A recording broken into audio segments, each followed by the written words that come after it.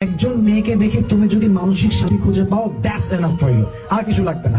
কারণ একজন মেয়েকে দেখে মানসিক শান্তি পাওয়া মানে হচ্ছে she is beautiful, she has the quality. কথিত এক বক্তা মহিলাদের সামনে রেখে বিভিন্ন বক্তব্য দিয়েছে, এ বিষয়ে আপনার মতামত চাই। গায়রতহীন ব্যক্তিকে আলেম বললেও আলেম শব্দের অপমান হয়। যেই বক্তাকে নিয়ে কথাটা বলা হয়েছে তিনি নিজেও দাবি করেন কওমি মাদ্রাসায় পড়েছেন। আমি এটা প্রথম যেদিন শুনেছি আমার ইচ্ছা করেছে লজ্জায় পারলে মাটির তলে ঢুকে যায়। কিছু মানুষের জীবনের মিশন আর ভীষণই হলো তাকে ভাইরাল হতে হবে। এখন সবাই তো সুখ্যাত হতে পারে না, কেউ চিন্তা করে খ্যাত যেহেতু হওয়াই লাগবে, তো সুখ্যাত হতে না পারলে অন্তত কুখ্যাত হবে।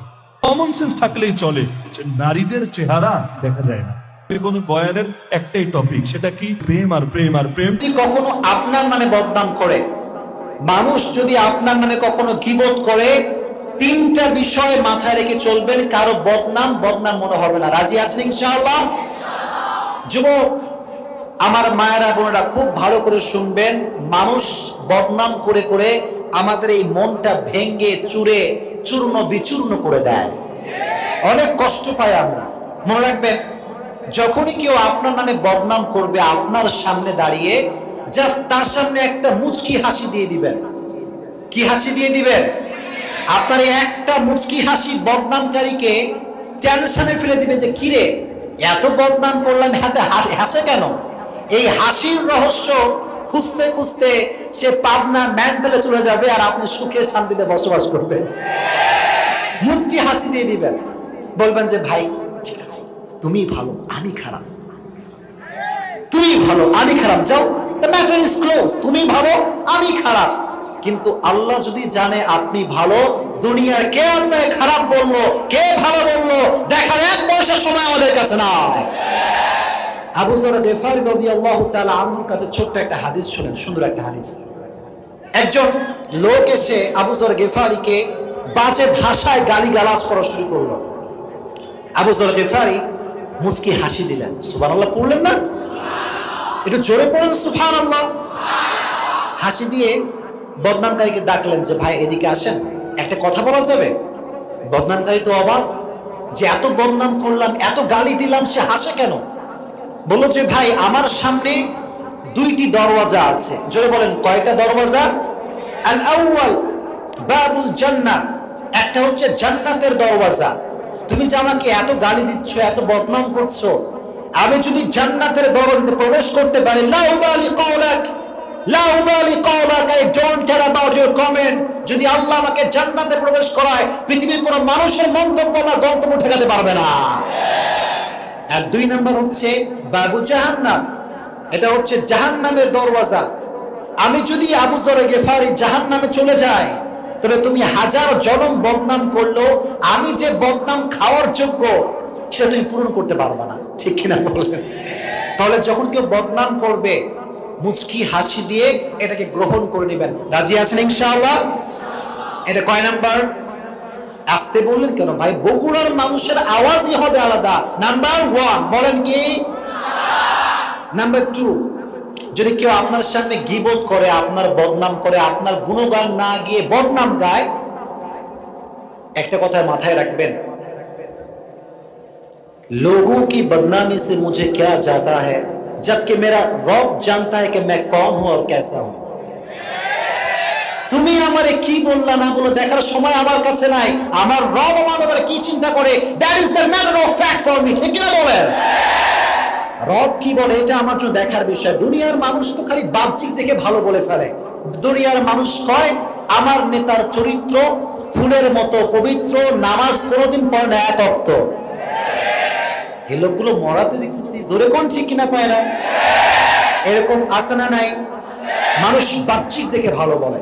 শোনেন, একজন মেয়ে বিয়ের সময় সুন্দর শাড়ি, লেহেঙ্গা, হাতের চুড়ি, বালা, মেকআপ, চোখে সব কাজল দিয়ে সুন্দর করে সেজে বসে আছে।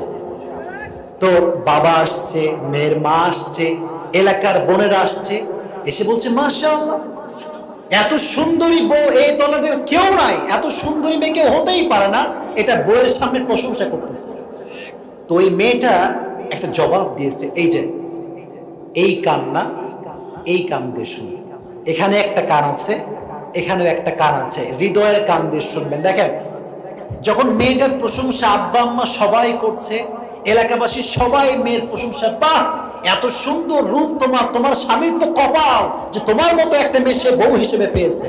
তো যখন এই প্রশংসা সে শুনতেছে, তখন সে বলল যে দেখো, তোমরা পুরো এলাকাবাসীও যদি আমার নামে প্রশংসা করো, আমার এক পয়সা কোনো লাভ হবে না। আমার এই যে বিবাহের যেই পালকি, এই পালকিতে চড়ে আমি যেই বাসায় যাব, অর্থাৎ আমার শ্বশুরের বাড়ি, আমার শাশুড়ির বাড়ি, আমার স্বামীর বাড়ি, তারা যদি আমাকে গ্রহণ করে নেয়, ভালোবাসা দেয়, প্রশংসা করে, তবেই আমার কাজ হবে, তবে আমি সুখী হব। ঠিক কিনা বলে? প্রিয় ভাইয়েরা, দুনিয়ার মানুষ যতই বদনাম করুক, কবরের ফয়সালা হচ্ছে আসল ফয়সালা। আসতে বললেন কেন? জোরে বলতে হচ্ছে। দুনিয়ার মানুষ হাজার বদনাম করলো আপনার নামে, আর কবরে আপনার জন্য আল্লাহ তাআলা জান্নাতের ফয়সালা করে দিল। দুনিয়ার কোনো বদনাম কি আপনার যায় আসে? কোনো যায় আসে না। এজন্য 2 নাম্বার যেই টিপস শিখালাম আজকে এই হাজারীর যুবকদেরকে, প্রিয় ভাইয়েরা, যখনই কেউ বদনাম করবে, ভাববেন যে আল্লাহ যা ভাবে এটা আমার জন্য জরুরি, দুনিয়ার মানুষ কি ভাবে দেখার সময় আমাদের কাছে লাস্ট।